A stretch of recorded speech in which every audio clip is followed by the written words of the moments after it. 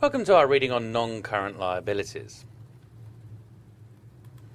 Our first LOS asks us to determine the initial recognition and measurement and subsequent measurement for bonds. So in other words, what do they go into the balance sheet when the bond is first issued? Then as the bond ages, how does the balance sheet value change? Okay, before we get into that, let's have a little look at some terminology. Par value of the bond, of course, is the face value of the bond and the amount that the bondholder receives at maturity. Typically, we'll assume $1,000 par value for US bonds, but of course they can be traded in amounts that are greater than this. The coupon rate is a fixed percentage of the par value, and it's always quoted annually, even if the bond, of course, pays semi-annually. The initial liability. Now, the initial liability is going to rather depend on whether we're looking at US GAAP or IFRS. Let's take the US GAAP treatment first. It's simply the issue price, i.e. the proceeds the company receives when they issue the bond. And what would that equal? Well, it would be the present value of the future cash flows, i.e. coupon and principal payment, discounted at the market rate of interest, i.e. the investor's required rate of return, when the bond is issued. Now, I said IFRS is subtly different. It is, because what we do is we take the issue price minus any costs of issuance. So you're going to get a smaller liability figure under IFRS than you will do under US GAAP. Okay, on to the effective interest rate. And again, this is going to differ between IFRS and US GAAP. The effective interest rate is the discount rate that equates the present value of the future cash flows with the issue price. Well, that's true of US GAAP. So in other words, it's the market rate of interest at issuance with US GAAP. Now, under IFRS, it's going to be subtly different. Because remember, we take the issue price minus any issue costs. So therefore, it's going to be the discount rate that makes the net issue price minus issue costs, equal to the present value of the future cash flows. So again, you're going to have a higher internal rate of return because you've got a lower present value, if you like, under the IFRS approach.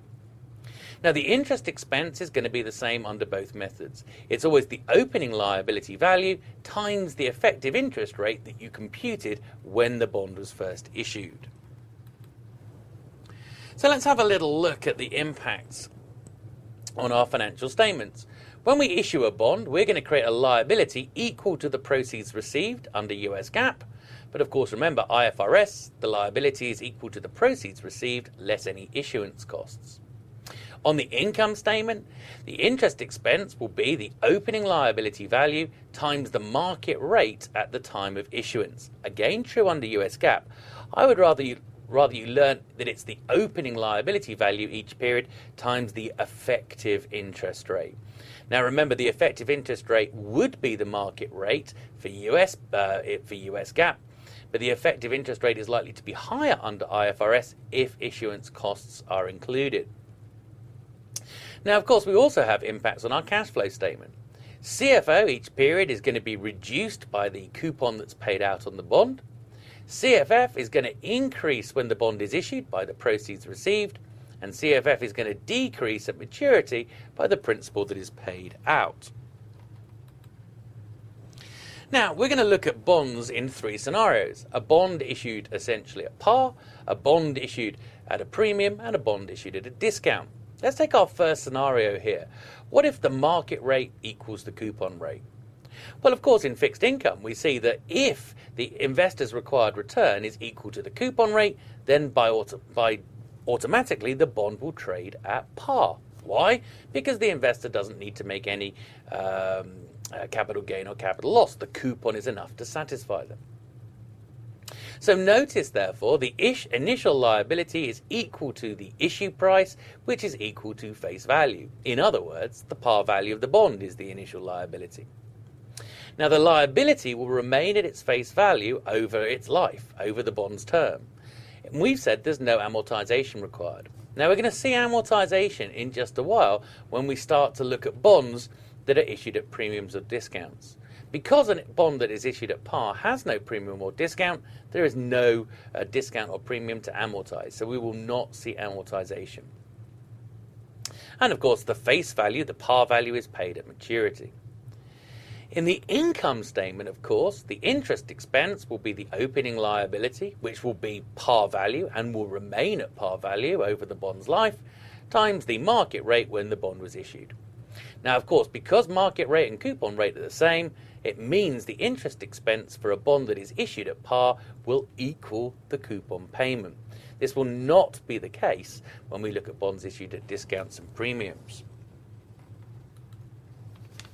So let's have a look at a bond issued at a discount. Well, this is, of course, when the market rate is greater than the coupon rate. In other words, the coupon is insufficient to meet the investor's required return. So they're going to need to buy the bond at a discount. It will redeem at par $1,000, making them a profit, giving them the capital gain to top their returns up. So the initial liability that we're going to see in our balance sheet will be the issue price. And of course, the bond is issued at a discount, which means this will be less than par value. Now, the key here is our liability will increase over time as we amortize the discount. What you've got to think here is what we're going to try and do is increase the liability over the bond's life so that at maturity, the liability sits at par.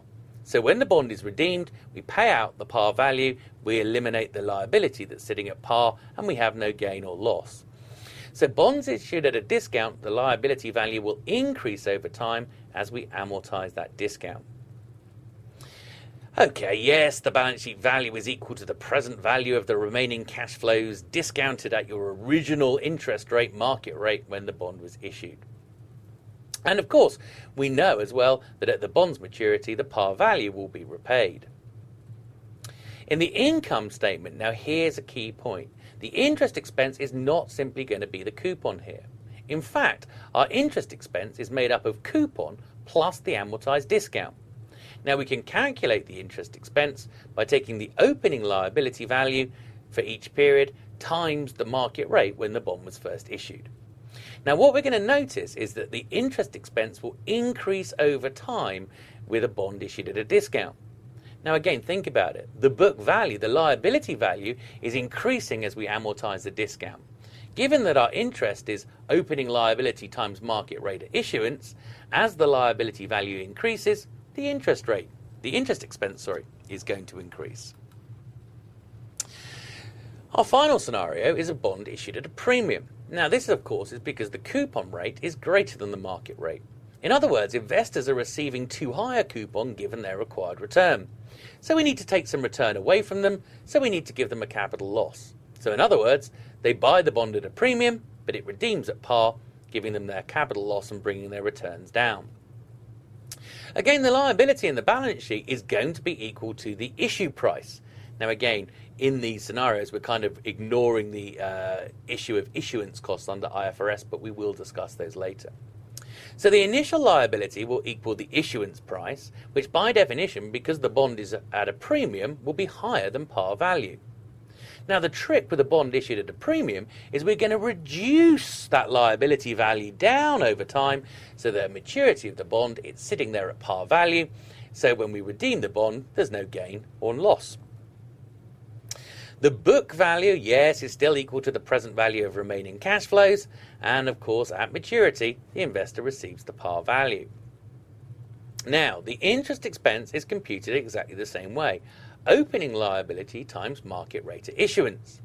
Now, what we're actually going to notice here, that when we amortize a premium, the interest expense is equal to the coupon minus the amortized premium. But we can compute it as opening liability for the period times the market rate at issuance. Now the interest expense is going to decrease over time. Why? Because as we amortize the premium, the liability value in the balance sheet decreases. So our book value is falling, so book value times market rate at issuance is going to give us a lower interest expense as the bond matures. Now, there are actually two ways of dealing with amortization. One is known as the effective interest rate. In other words, what you do is you compute the internal rate of return when the bond is issued. Okay, and that internal rate of return, the market interest rate, is used essentially to compute the coupons and the amortization. So notice the interest expense is the yield to maturity at issuance, the IRR on the bond that compares the issue proceeds with the future cash flows. So it's the yield to maturity times the opening balance sheet liability, and that gives us our interest expense. The difference between the coupon that's paid and the interest expense is the amortization of the premium or discount. Now note, of course, as we said, with a bond issued at par, the coupon will equal the interest expense, so there is no amortization. With a bond issued at a discount, the interest expense will be greater than the coupon because of the amortization. But with a bond issued at a premium, the reverse is true. The interest expense will be less than the coupon. The amortized premium, in other words, reduces the interest expense. Notice the effective interest rate method, i.e. the internal rate of return approach that we're using here, is required under IFRS, but only preferred under US GAAP.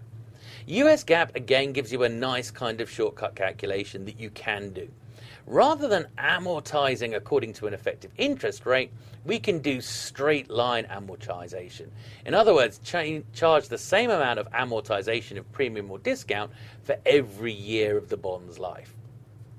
Again, the interest expense will still be coupon plus any amortized discount minus any amortized premium. Okay, and that of course is permitted under US GAAP.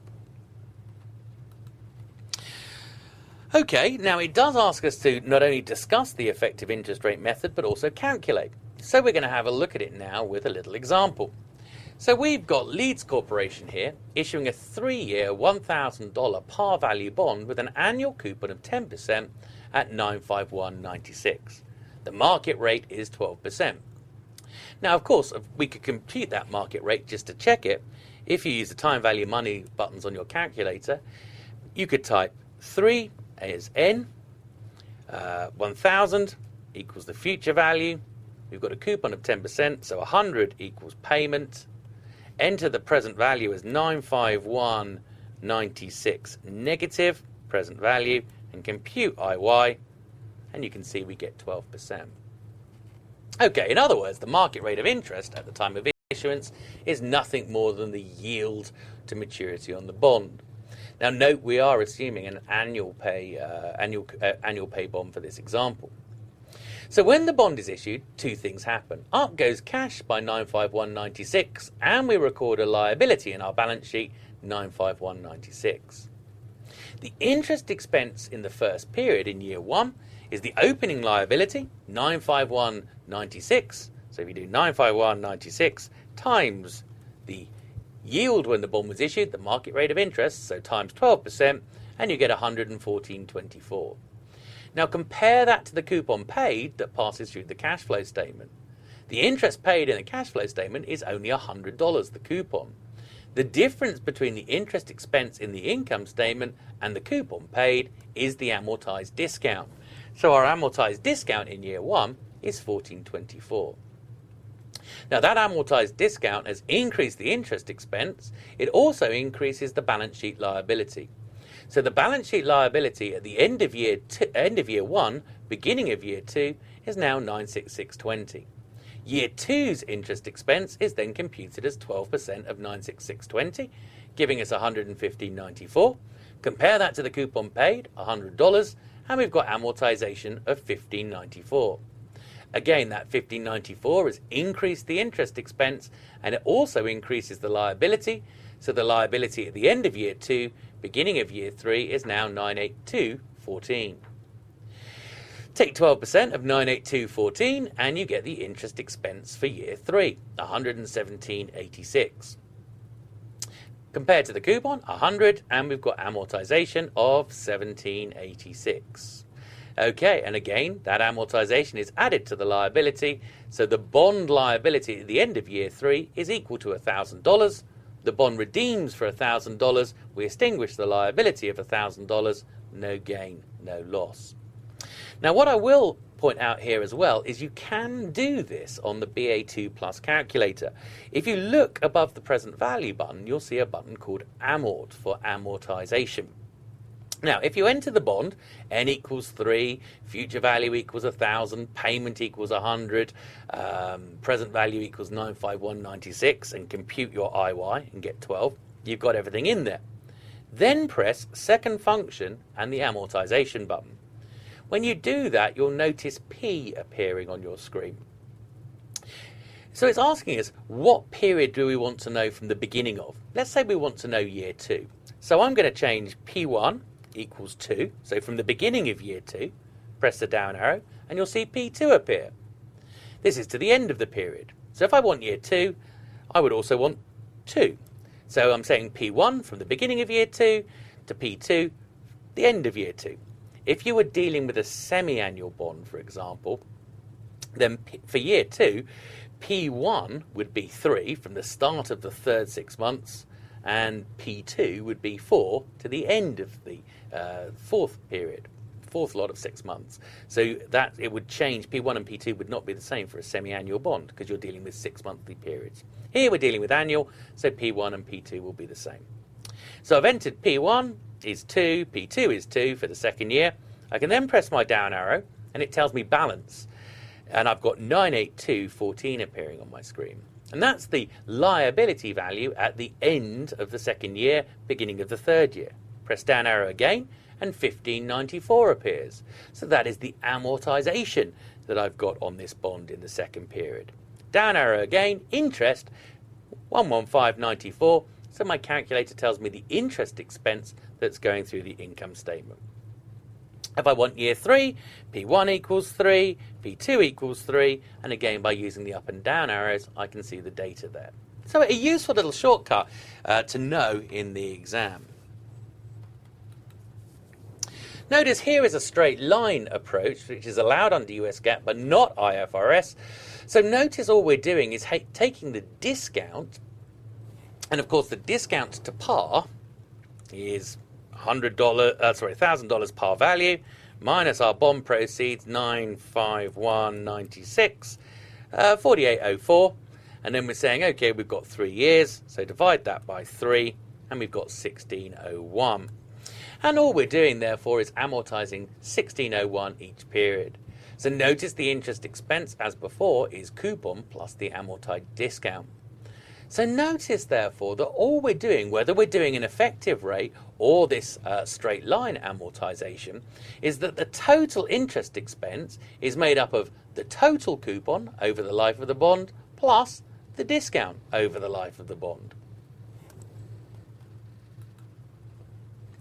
Let's have a look at a zero coupon bond, because this does raise the idea that even though there is no coupon on a zero coupon bond, we'll still see interest in the income statement.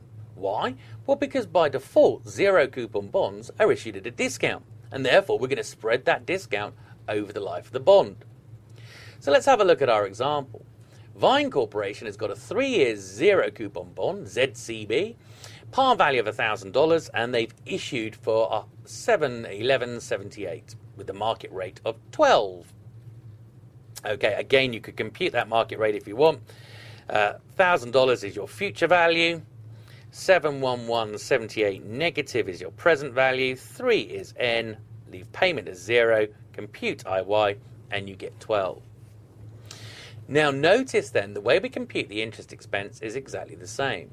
Take the opening liability, 711.78, times the market rate at the time of issuance, 12%, to get 851.41.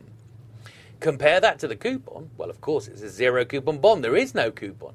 And therefore, the interest expense is purely made up of the amortized discount.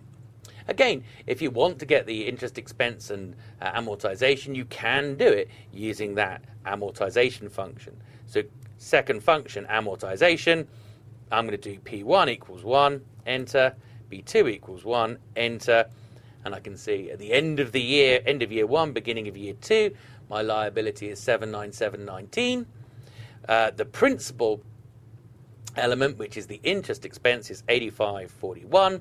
And sorry, the principal is the amortization, 85.41, and the interest, 85.41. Okay, so you can do it on the calculator. So remember, with the discount, it increases the interest expense, coupon plus discount amortization is the interest expense. So 0 plus 85.41 gives you your interest rate expense. That 85.41 is added to the liability at the end of year 1, beginning of year 2, to give us 797.19.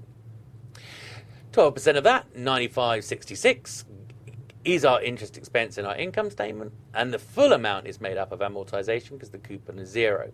So therefore the liability climbs by 95.66 to be 892.85 at the end of year 2, beginning of year 3.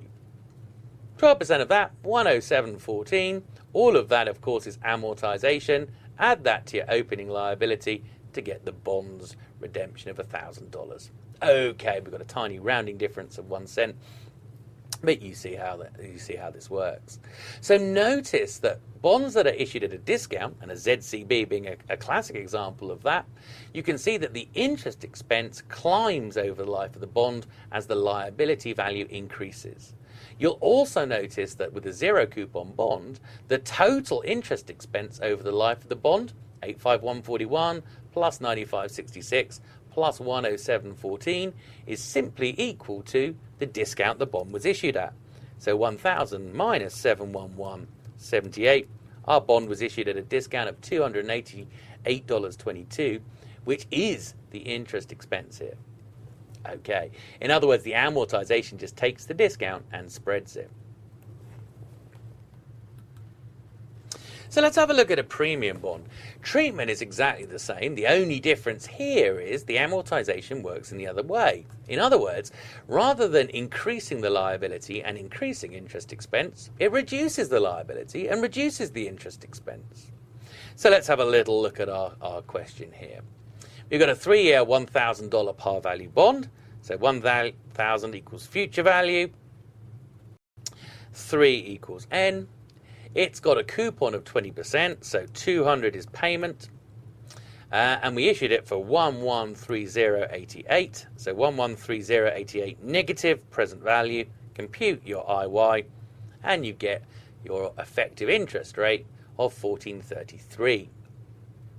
Now again, if you didn't want to do the numbers numerically, you could manually, you could use the calculator by using second function and amortization, remember. So notice when the bond is issued, up goes cash by 1,130.88, and of course we record a liability at 1130.88. The interest expense is of course 14.33% of that opening liability, giving us 162.06. Notice this time it's way lower than the coupon. In fact, 37.94 is the amortization of the premium. This has reduced the interest expense in the income statement, and it reduces the liability in our balance sheet. So at the end of year 1, beginning of year 2, our liability is now 1,092.94.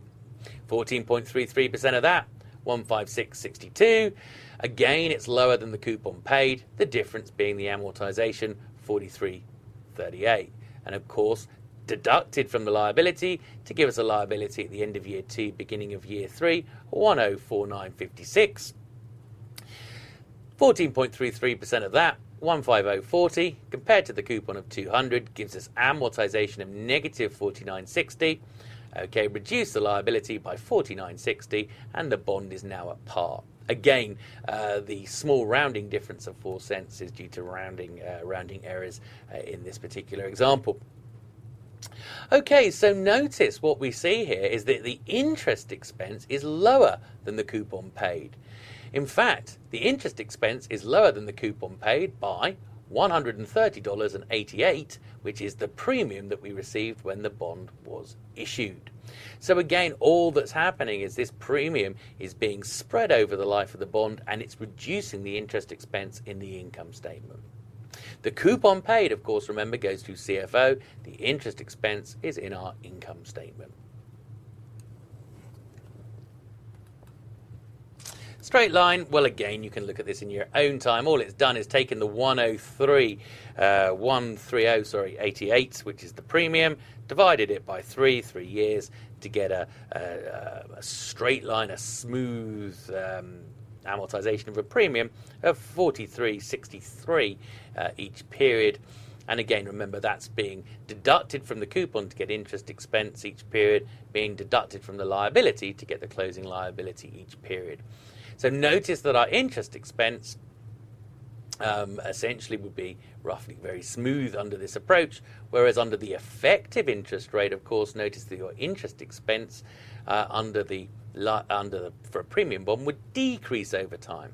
Why would it decrease? Because, of course, it's based on the opening liability value. So let's talk about issuance costs. We briefly mentioned these right at the start of our study set, of our reading here.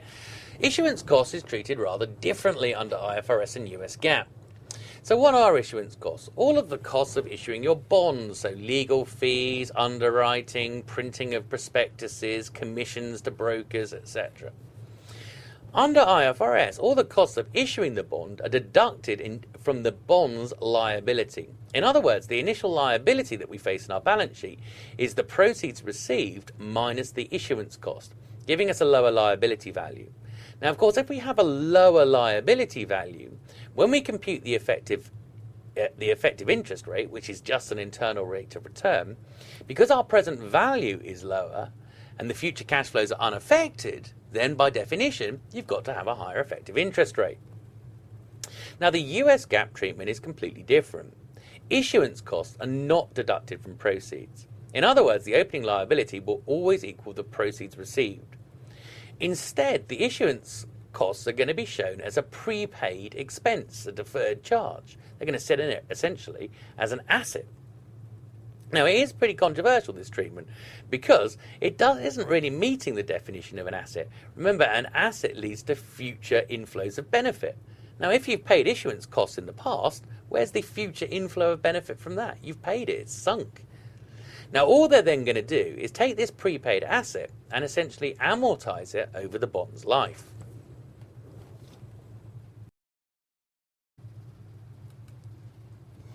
Okay, so let's have a look at a bond issuance question. So, Acme here issues an 8% coupon 10-year annual pay bond when the market yield is 7.5 for $1,034.32. First of all, of course, you can see that the yield is below the coupon rate, so it makes sense that this bond trades at a premium. Now, straight away, of course, what I should be thinking is, look, if it's trading at a premium, the interest expense will be lower than the coupon. Why? Because we're going to be amortizing a premium. So given that the coupon would be $80, then I know that the interest expense has to be lower than that. So A can't be right. Now, that gives me a choice of B or C. So I'm going to assume 7757 is correct because both B and C say that. In fact, I could compute that as 7.5% of the initial liability, 103,432, and I'd get 7757. Now, B says 7757 and net income is more than with equal proceeds from par debt. Now, let's just break down what that means, equal proceeds. So it's talking about me issuing a bond with a par value of 1,034.32 and a coupon rate of 7.5%. That way, I would receive in 103.34.32 when I issued the bond. Now, in which case, the coupon would be 7.5% of that par value, 1,034.32. It would also be 77.57, which means net income would be the same. So B can't be right. So our answer has to be C. And indeed it is. Okay, let's have a look at the effect of changing interest rates. Now, the key point to note here is we do not see the fair value of the bond in the balance sheet. What we're seeing in our balance sheet as carrying value is amortized cost, or if you like, the proceeds minus the amortization of any discount, minus amortization of premium, or plus the amortization of a discount. Now, first bullet point talks about the inverse relationship between market values and interest rates. Well, we know from fixed income that as interest rates go up, yields go up, and as yields go up, then bond prices come down. In other words, yield is the discount rate that we use to compute the present value, and present value is price. So as interest rates go up, the present value of the future cash flows fall, and bond prices drop. Now, our second bullet point is just stressing the fact that when we look at the balance sheet, the carrying values we see are not the fair values of the debt. They're not the market values. As a result, when interest rates change, it does not affect the balance sheet or the income statement, because the carrying value, remember, is the initial proceeds minus any amortized discount, or the initial proceeds, let me start that again. The initial proceeds plus any amortized discount, or the initial proceeds minus any amortized premium. Which means, therefore, that carrying value does not equal fair value when interest rates change. Remember that the effective interest rate that we use when computing amortization is the interest rate at time of issuance. Subsequent changes to interest rates do not affect the carrying value. Now, the one exception to this is liabilities hedged with derivatives, i.e. fair value hedges. Remember what we said is when you have derivatives, you'll mark those to market, and any asset or liability they're hedging will also be marked to market. It makes sense because essentially any gain or loss on the derivative should be offset by a gain or loss on the liability that it's being used to hedge. So for analysis, market value would be more relevant than book value. In other words, if we're an analyst, we don't really care about amortized cost. What we're interested essentially in is the true fair value of the bond. Why?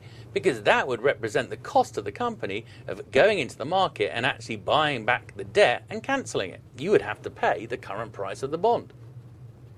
Lower market values, therefore, reflect stronger solvency positions. Why? Because it's cheaper to buy back the debt and cancel it. Now notice both US GAAP and IFRS do give firms irrevocable,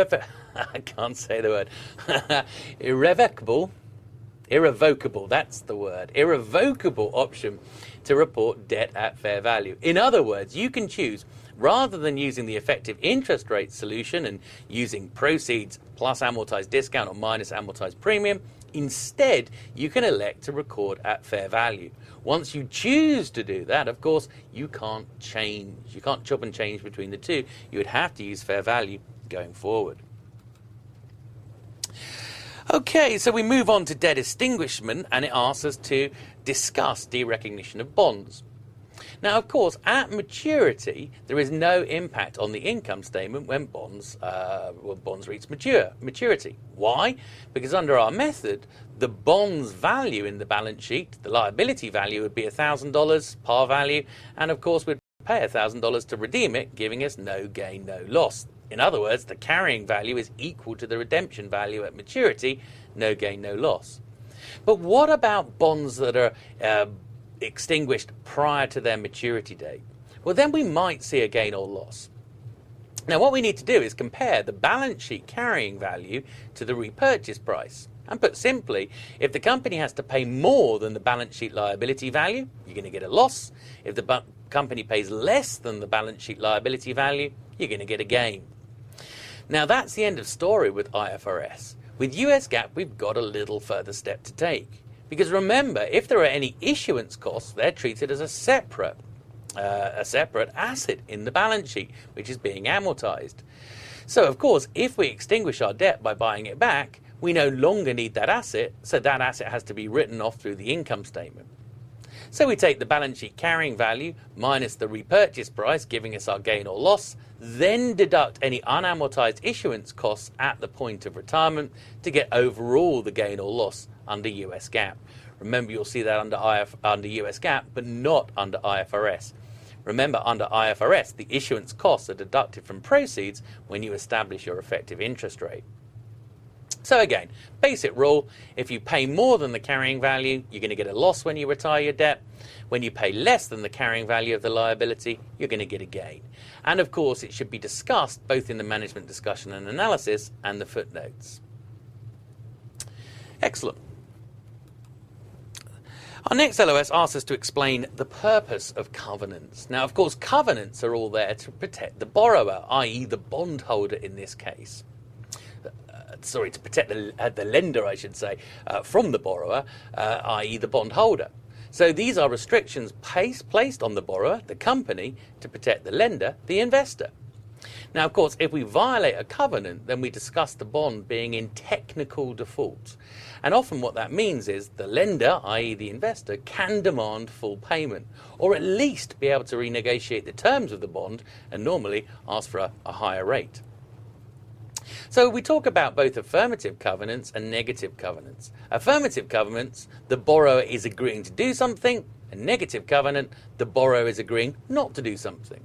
So affirmative covenants will include making timely payment of interest and principal, maintaining ratios above certain levels, such as the current ratio, debt to equity, interest coverage, maintaining any collateral if collateral is supporting the loan, and paying taxes on time. Negative covenants prevent the borrower doing something, such as paying dividends or repurchasing shares, entering mergers and acquisitions, or issuing more debt that is more senior to the existing bondholders. We also need to discuss the disclosures for long-term debt. So notice the balance sheet split will give us the split between current liabilities and long-term liabilities. Any payment falling due within the next operating cycle, or 12 months, whichever is the longer, will be in current liabilities. Any payments falling due after more than 12 months will be in long-term liabilities. The footnotes will give the nature of the liability, i.e. the type of the bond. It will state maturity dates. It will give both stated and effective interest rates. The stated rate is the coupon rate. The effective interest rate is the rate, the IRR, when the bond is issued, which we're using for amortization purposes. They'll also talk about any features on the bond, such as call provisions. Remember, a call provision gives the issuer the right to buy the bond back earlier at the call price. And conversion privilege, such as conversion into equity. Any restrictions imposed by the creditors, i.e. covenants, will be detailed. Any assets pledged as security will be detailed. What do we mean, assets pledged as security? Well, of course, if the bond has security, in the event that the issuer defaults on interest and principal payments, then they can be put into liquidation. These assets that have been used as security can be sold off, and the bondholder will get their cash back as a preferential creditor, i.e. above non-secured creditors. Now, again, the final one, a very important one, is the amount of debt maturing in each of the next 5 years. Important for the analyst because then we know what future outflows are likely to be as bond matures, and also requirements for new bonds to be issued. We now turn our attentions to leasing. Our first LOS is discuss the reasons to lease. Now, the alternative to leasing an asset, of course, which is essentially renting in an asset and using it, the alternative to that is borrowing money and purchasing the asset. So why might we lease rather than borrowing cash and buying the asset? Number one, short period of use. We might want to use the asset for substantially less than its useful economic life. Step two, cheaper financing. You might be able to attract a lower interest rate within a lease than you can borrowing externally and purchasing assets. No down payment. We don't have to pay for the entire asset value up front. Instead, we're just going to have to make rental payments under the terms of the lease.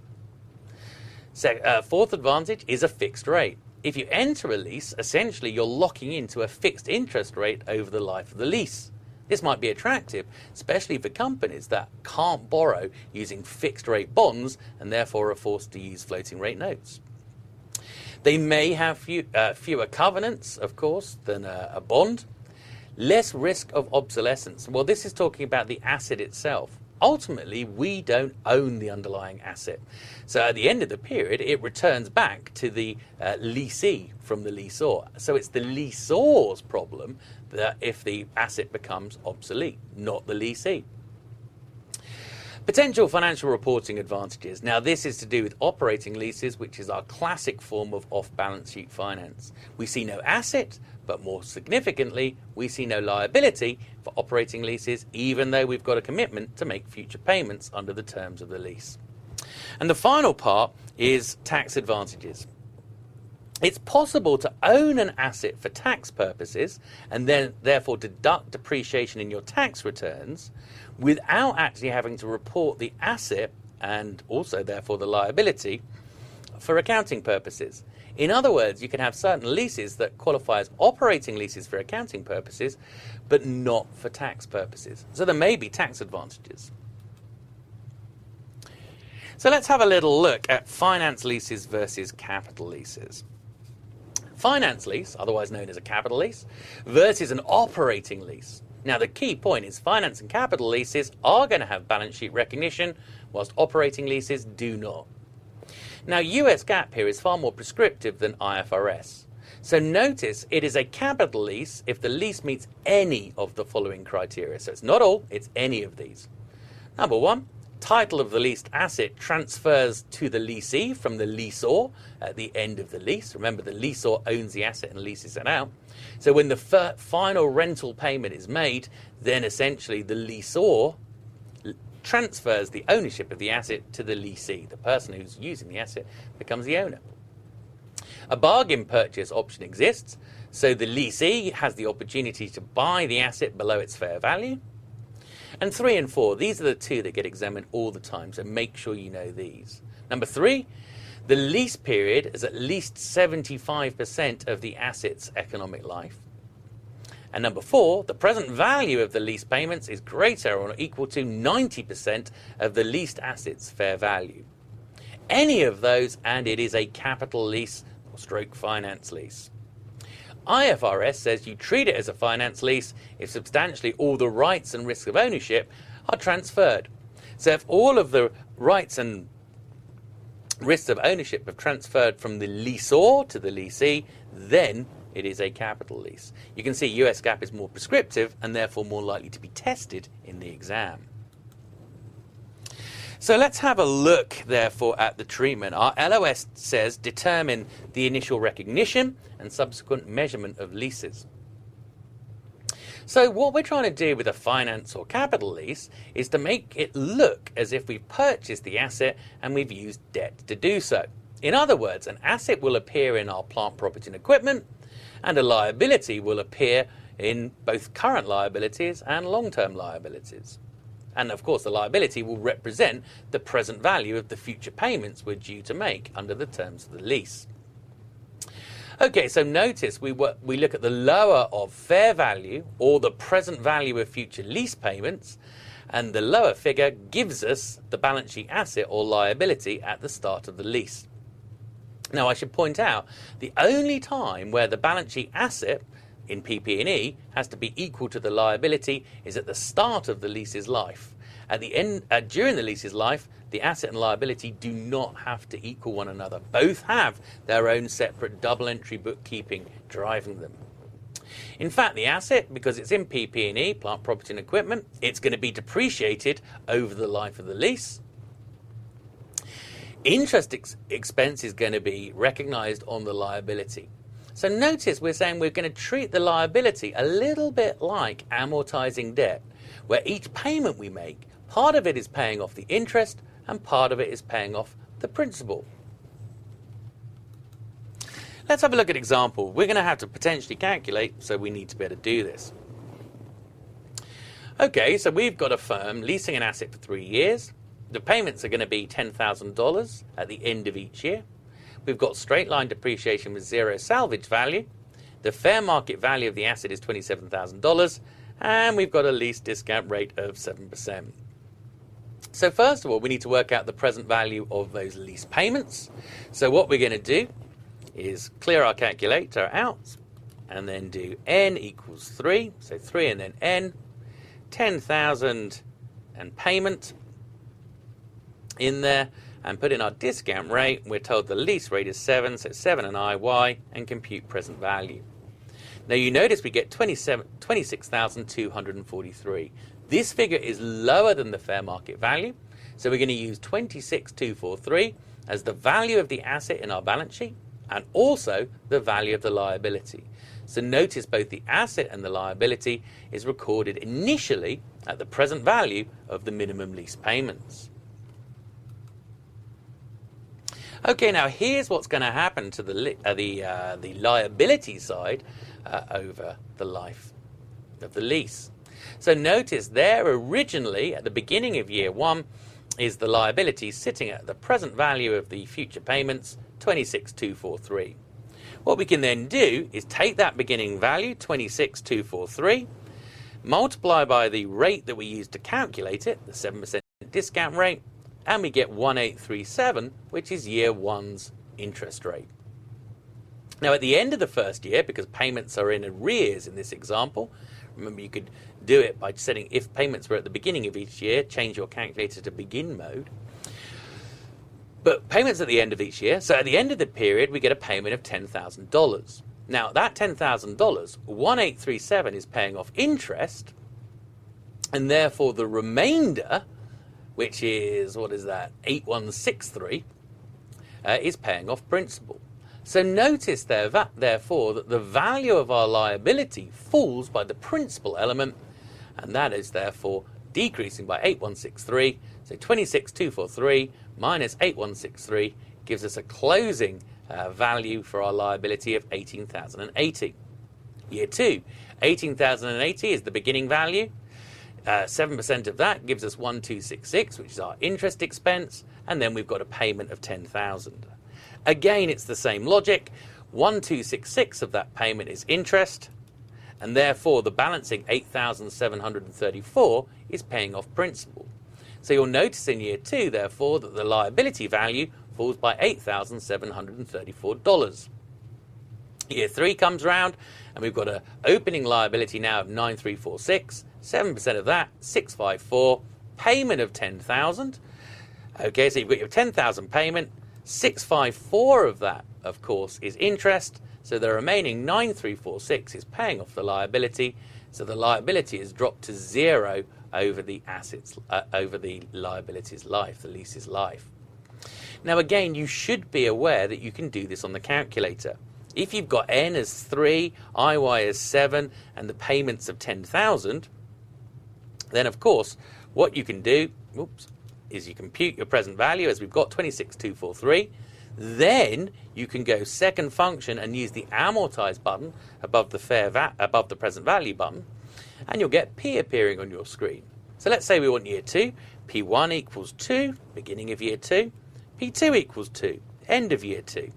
Then when you press your down arrow, you'll see the first thing you get is balance, which is the liability at the end of year 2, beginning of year 3, 9346. Down again, principal, which is 8734. That is the amount of principal paid off in year 2, but we can see that interest was 1266, principal 8734, giving us our 10,000.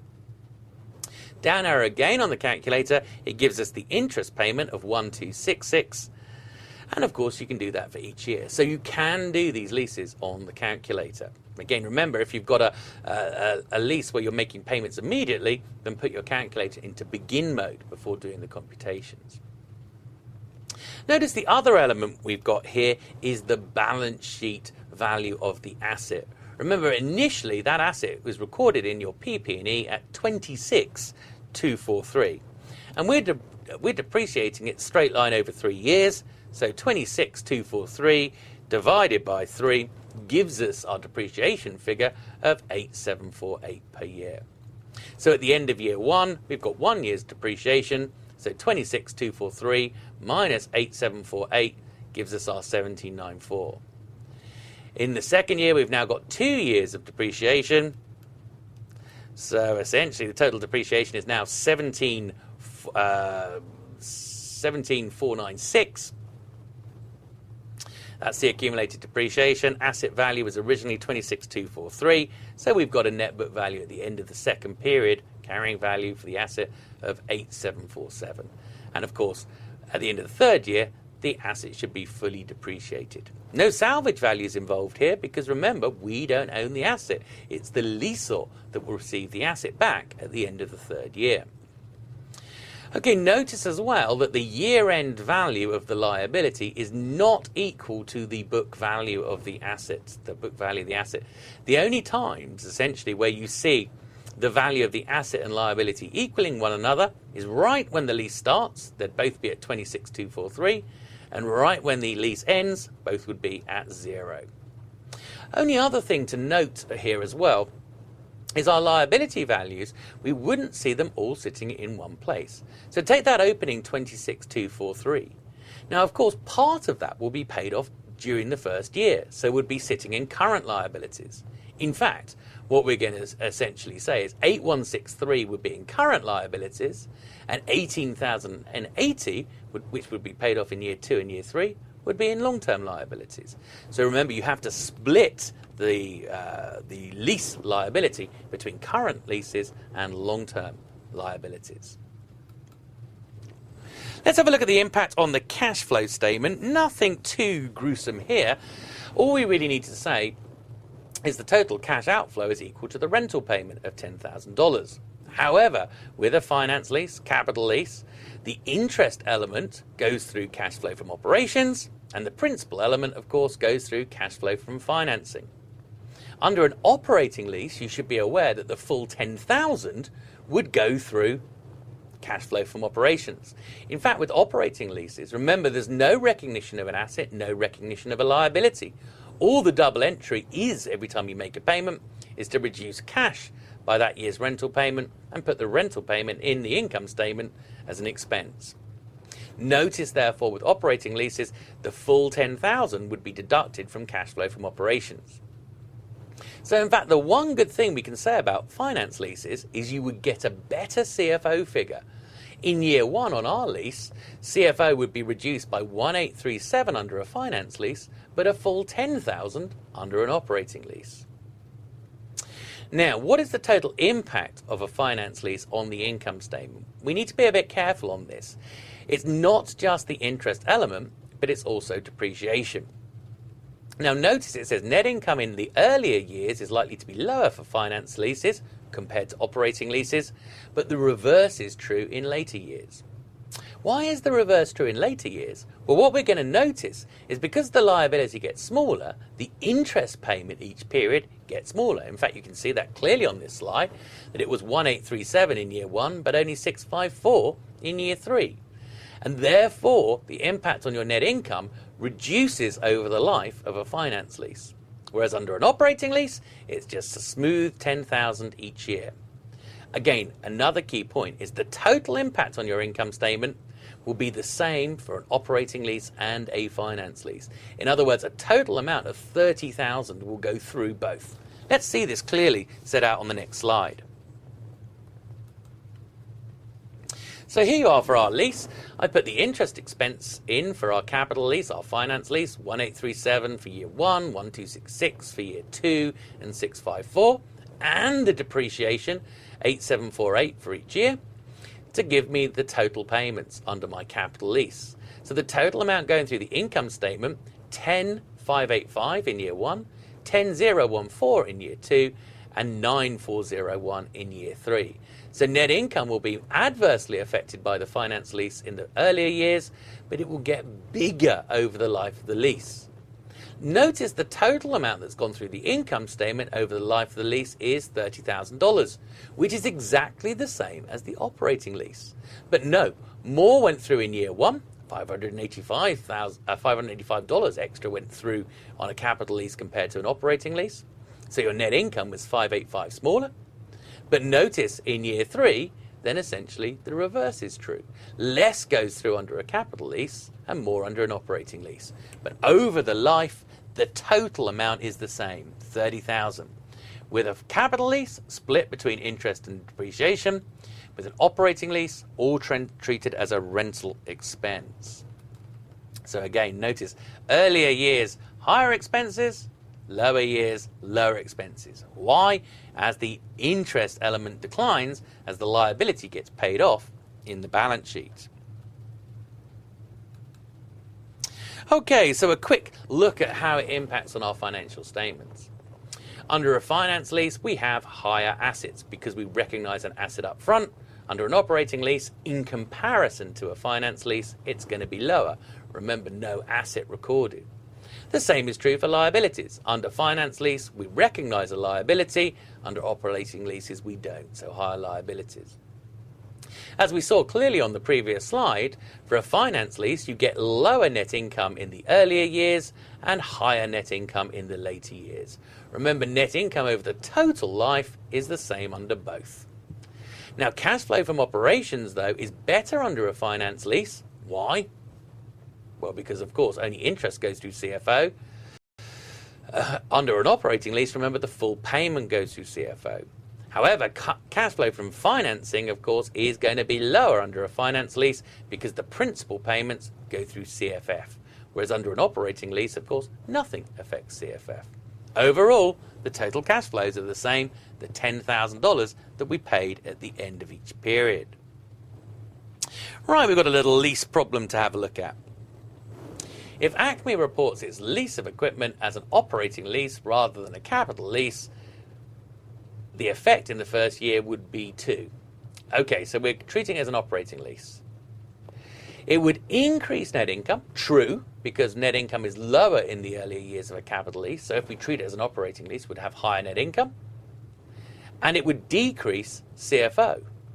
Now that sounds good to me, because remember the full payment goes through under operating lease through CFO, whereas only interest goes through CFF. Let's just check the other ones. Increase net income and increase CFO.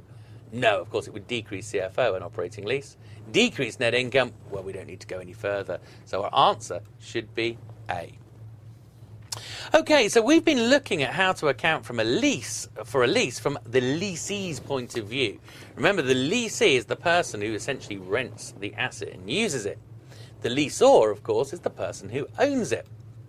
So we're now going to turn our attention to leaseor accounting. Now again, we're going to make the distinction between operating leases and finance leases. With an operating lease, the asset remains in the leaseor's accounts. So it sits in their balance sheet within their plant, property and equipment. And essentially, they're going to treat any payments they receive under the operating lease as rental income in their income statement, and they're going to depreciate the asset as per normal. Now with a finance lease, this is going to be slightly different. Notice the leaseor is going to report a lease receivable on the balance sheet. Okay, so in other words, we're going to have an asset that represents the present value of the future payments that the leasee owes the leaseor. We're going to recognize lease payments as partly interest and partly the return of capital. Fair enough, just the same really as the leaseor did, but they were looking at a liability. The leasee did. The leasee was looking at a liability. The leaseor is looking at an asset. Now here is a little difference. They talk about sales type leases and direct finance leases. Let's take each one in turn. Now with a sales type lease, typically the leaseor is a manufacturer or dealer of the leased equipment. The only difference is, rather than selling the asset for cash, they're leasing it instead. Now, the reason we detect, or the way we detect it's a sale type lease, is that the present value of the lease payments is greater than the carrying value of the leased asset, i.e. the cost of the leased asset sitting in the leaseor's balance sheet. So what that means actually is at inception, the leaseor is going to recognize a profit as if they'd sold the asset for cash. The sales figure will represent the present value of the lease payments. The cost of goods sold figure will equal the carrying value of the asset. That is going to take it out of their balance sheet, out of plant, property and equipment or inventory, depending on how they treated it, and into the income statement within cost of goods sold. Okay, so that's what they're then going to do. They're then going to have a lease receivable sitting in the balance sheet equal to the present value of the lease payments. Now notice the present value of the lease payments is a higher figure than the cost of the asset. Okay, now interest revenue is going to be recognized over the lease term, and we're going to split our cash flows between interest revenue that will go through CFO and payment that reduces the lease receivable, which is going to go through cash flow from investing this time. Now let's look at a direct financing lease. Here, the leaseor is not the manufacturer or dealer of leased equipment. In other words, they're a finance company.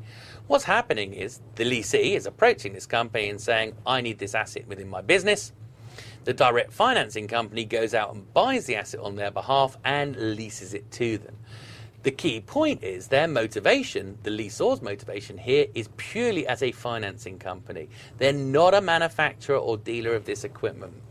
Now, the way we spot a direct financing lease is that the present value of the lease payments equals the carrying value of the leased asset.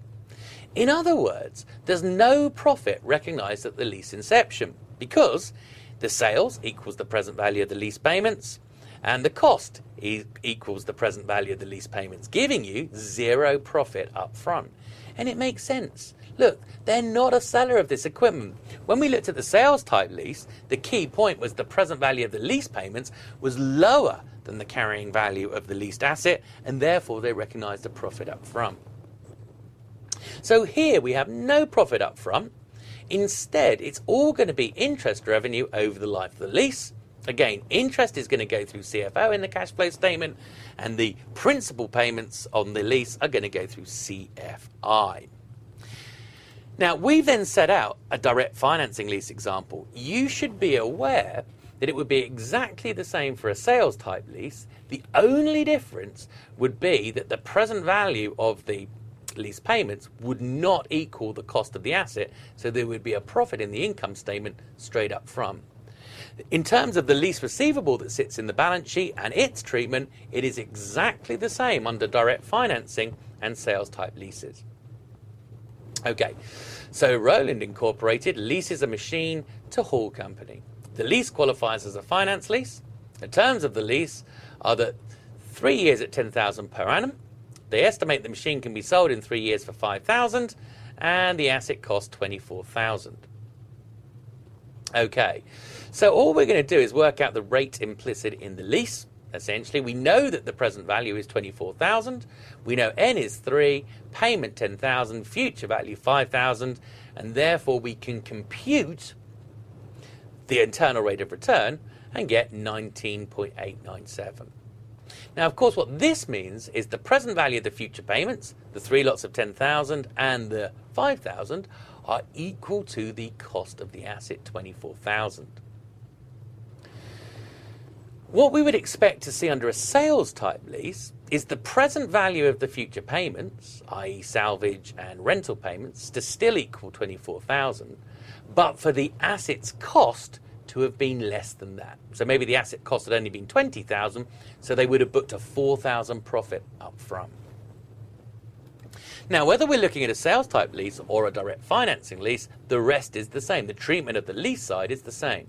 Initially, we record a liability there at $24,000, and that is, of course, equal to the present value of the lease payments that they're going to be receiving. So 24,000, present value of the cash flows that they're going to receive. That is the same figure no matter what we're looking at. The interest income, well, we're going to take the rate that we computed on the previous slide, 19.897, and apply it to that opening asset.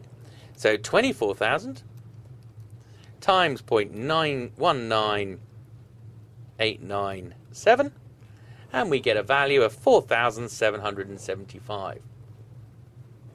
We've then got the receipt of cash at the end of the period, 10,000, from our leaseor. Now we're going to say 4,775 of that, of course, is interest, and the remainder, 5,225, essentially is paying down our asset. So our asset falls by 5,225 to 18,775. Year 2 comes around. Opening asset value, 18,775. The interest income, again, 18,775 times the rate implicit in the lease, 19.897, gives us 3,736. We receive 10,000, 3,736 is interest, the remainder is paying off the asset, so 6,264. So our asset value falls by 6,264 to 12,511. Year 3, opening asset 12,511, interest income at 19.897%, 2,489. Therefore, when we receive the 10,000, 2,489 is interest, 7,511 is paying off, of course, or is paying down the asset. So our asset now drops by 7,511. So you'll notice at the end of the asset's life, we end up with 5,000 sitting in the balance sheet. Now that asset of 5,000, of course, is equal to the scrap proceeds of the asset. So if the asset is actually scrapped for 5,000, there'll be no impact on the income statement at the end of the asset, at the end of the lease's life. If it's scrapped for more than 5,000, then essentially we're going to get a gain. Less than 5,000, we're going to get a loss in our income statement. Note as well, the interest income is going through CFO. The essential principal payments that we're receiving from the leasee are going through CFI. Okay, on to lease disclosures. So we're asked to compare lease disclosures, operating and financing lease, and be aware of them. So first of all, a general description of the lease arrangement. What type of lease is it? Is it finance lease? Is it operating lease? And of course, if you're looking from a leaseor's point of view, then it will also be, is it a sales type lease or is it a direct financing lease? So we'll also set out the nature, timing and payments to be paid or received over the next 5 years, split every year for those next 5 years, and then aggregate payments beyond 5 years. The lease revenue and expense for each period will be reported in the income statement. Amounts receivable and unearned revenues from leases will be reported, and restrictions imposed by lease arrangements. So if there's any restrictions, i.e. covenants, placed on the company. Right, a little lease problem then. Under IFRS, a leaseor would be most likely to recognise depreciation expense related to a leased asset for a lease classified as. Okay, we're looking at a leaseor here, not a leasee. Okay, now the only time the asset remains in the leaseor's accounts is if it is a operating lease. If it is a finance lease, remember the asset is removed. Under a direct financing lease, the asset's removed but there's no gain or loss on the income statement. Under a sales type lease, the asset's removed and a gain or loss is reported in the income statement as if the asset had been sold. So given that we're looking at a leaseor, they're only going to see depreciation on the asset if it's treated as an operating lease, because that's the only time an asset remains within their plant, property and equipment. Excellent. Right, our next little reading is describe the treatment of pensions, and we talk about defined contribution plans and defined benefit plans. Defined contribution plans are going to be a piece of cake. Defined benefit plans are really a bit of a headache. Now you'll be glad to know that all we need is a bit of an overview here. We don't really see the detail of pension accounting until we hit the level 2 syllabus. So let's start off with defined contribution plans. Here the employer is just agreeing to contribute a specific element, a specific, normally percentage of your salary into your pension plan each period. Now what that buys you when you retire, quite frankly, is your problem. So it's the employee's problem. There's no guarantee from the employer about future benefits. All they're doing is agreeing to, let's say, contribute 10% of your salary into a plan for each year that you work. So the key is the employee has all of the investment risk. Now with a defined benefit plan, it's totally different. Here, the employer is promising you specific payments beginning when you retire. Now these payments tend to be based on certain things such as how many years you've worked up until retirement, what your final salary is near retirement. Given they're making firm commitments to make payments to you based on length of service and final salary, it's the employer that has all of the investment risk. Why do they have the investment risk? Because they need a pool of assets sufficient to generate these cash flows that they've guaranteed to you on your retirement. So here we tend to set up our pension as a separate legal entity to manage the plan assets to ensure that it can meet those contributions or meet those payments, if you like, to the employees on their retirement. Now, of course, we're in financial statement analysis, so it's the accounting that we're interested in. We need to compare the presentation and disclosure of defined contribution and defined benefit. Now, defined contribution, the accounting is a piece of cake, no problems with it at all. What goes through the income statement in the pension expense is simply that year's employer's contribution. So if they've agreed to pay 10% of your pension into your salary into your plan, then 10% will go through their income statement. In the balance sheet, well, typically we shouldn't see any asset or liability because they're not making an obligation to make payments to you based on your retirement. So we shouldn't see any asset or liability. The only time we might see a liability is if they were due to make the contribution into your plan but hadn't done so at the year end. Now let's turn our attention to defined benefit. This is where things get a little bit more complicated. Okay, now what's going to appear in the balance sheet? We're going to see in the balance sheet something called funded status. Now, the funded status is the difference between the fair value of the plan assets and the present value of the payments that will be made to the retirees on their retirement. So we estimate the payments that we'll make on their retirement and discount them back to today's date. That is the estimated obligation. So if the assets are below the estimated obligation, overall, we have a net pension liability. We call it an underfunded pension. If the fair value of plan assets is greater than the estimated obligation, then funded status is positive and we have a pension asset that we report in our balance sheet.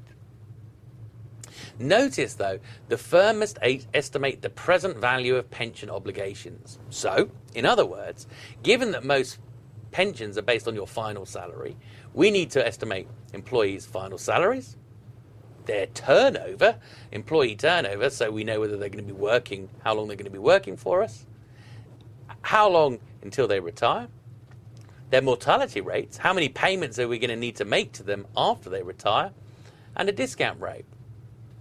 So remember, the defined benefit, the payments you receive on retirement are typically linked to how many years you've worked and your final salary. We can then estimate those future cash flow payments, discount them back to today's date to get the estimated obligation. And it's called a PBO under US GAAP, the projected benefit obligation, and a PVDBO under IFRS, the present value of the defined benefit obligation. Okay, so let's have a look as well about what we're likely to see. Notice the change in the pension asset or liability during the year needs to be reported. We're going to talk about certain elements such as service cost. Now, the service cost is the present value of the additional benefits earned during the year. In other words, for each year that your employees work, they're entitled to bigger benefits on retirement because their service history is increased by 1 year, and therefore the liability value will increase by that year's service cost. Past service costs, which are also sometimes referred to as prior service costs. These are retroactive benefits, or essentially costs, awarded when the plan is typically changed. Imagine we change our plan to paying out 2/3 of your final salary from only 50% of your final salary. So when we make that change to 2/3, we're committing to make bigger payments to you, and therefore the estimated obligation is going to increase. Net interest expense or income typically, therefore, is the beginning value times our assumed discount rate. So in other words, it's the liability value, the estimated obligation, times the interest rate. Now, what we're really simply saying here is for each period, the estimated obligation, the PBO, is going to increase. Because remember, we work out the benefits we're going to pay to our retirees at their retirement date and then discount them back to the current point in time. So for every year that we pass through, we're 1 year closer to retirement, and therefore the present value of those benefits paid is going to be bigger. So therefore the estimated obligation gets larger by the interest expense each period. Actuarial gains and losses. Well, these are changes, if you like, in the pension asset or liability due to changes in the actuarial assumptions. What do actuaries make assumptions about? How long the employees are going to live for post-retirement. They make assumptions about the discount rate that should be used. They make assumptions about the final salary. So if the actuaries change their assumptions, it affects essentially the liability measure, the estimated obligation. Also, there's another actuarial gain or loss that affects the plan asset side of the fair value of plan assets. And that's the difference between expected return on assets and the actual return on assets. So notice the return on plan assets. The actual return on plan assets affects the pension asset or liability. It affects essentially the plan asset side. Okay, pension expense or other comprehensive income. We've got different treatments under IFRS and US GAAP. If you've got actuarial gains and losses under US GAAP, initially they go into other comprehensive income, and then slowly they get amortized through the income statement. If you've got actuarial gains and losses under IFRS, they go into other comprehensive income, but they are not going to be amortized. Now again, remember this is very tricky to understand at the moment because we haven't really seen the full picture, and we won't until we get to the level 2 syllabus. But we've got a kind of overview coming up. So essentially, here's our overview in rather tiny writing, and I wish I'd now brought my glasses so I could read it. So let's have a look at the change in the net pension asset or liability under IFRS and US GAAP. So notice essentially the asset or liability will change by the service cost and past service cost. This year's service cost is the increase in the liability side of the plan, the estimated obligation, because your employees have worked one extra year.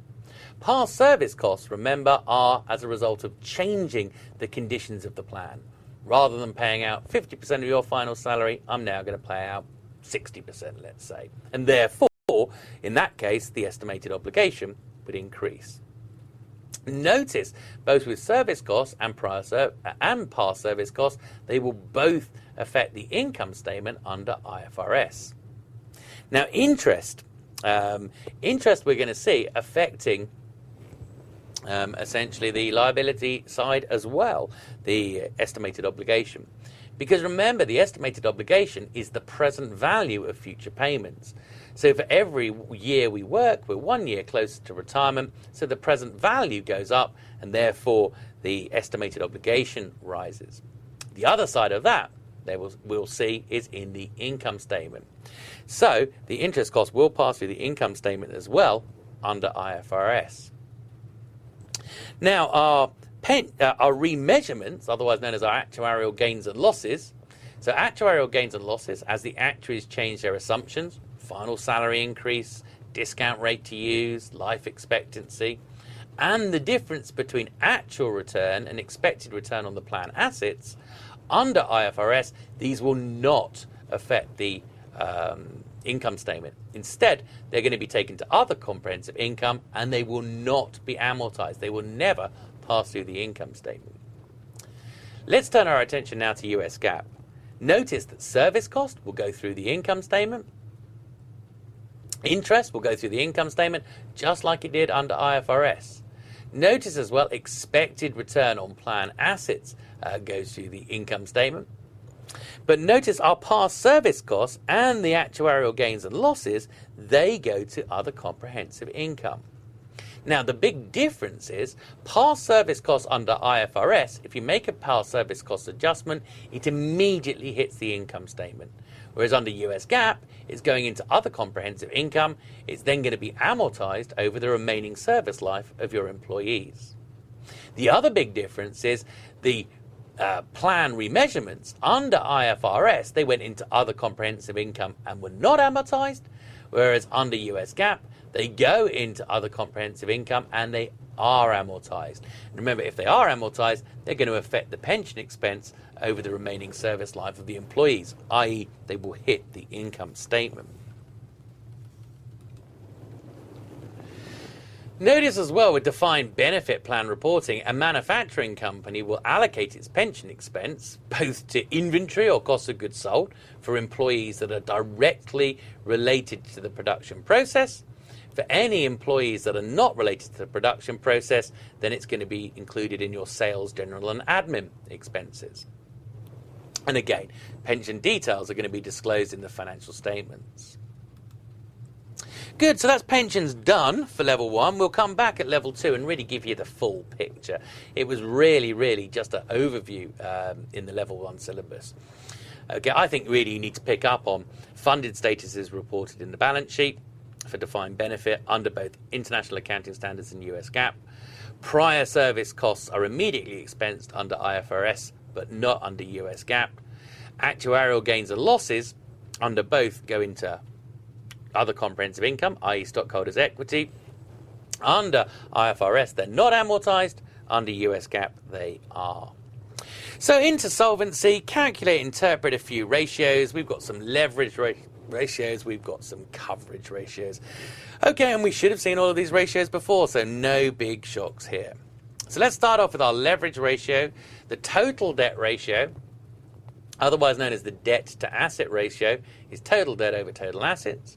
Remember our definition of total debt. It's all interest-bearing It's all long-term liabilities and any interest-bearing current liabilities. So all of your long-term liabilities, interest-bearing or not. Your debt to capital ratio is total debt over total debt plus stockholders' equity. And remember, when we look at stockholders' equity, we're talking about the common stock, additional paid-in capital, preferred stock, retained earnings, and all of those other comprehensive income items. Interest coverage looks at how comfortably you're meeting interest payments and is often used in debt covenants. EBIT over interest payment, of course. Remember, with capitalized interest, often they'll reverse the interest back out of the balance sheet and into the income statement on assets in the course of construction before calculating this ratio. Fixed charge coverage does a very similar thing, but includes leases as well. Now, of course, for operating leases, they've been deducted in arriving at EBIT, so we're going to add them back on our numerator, and then we're going to do interest plus the operating rental payments on the denominator.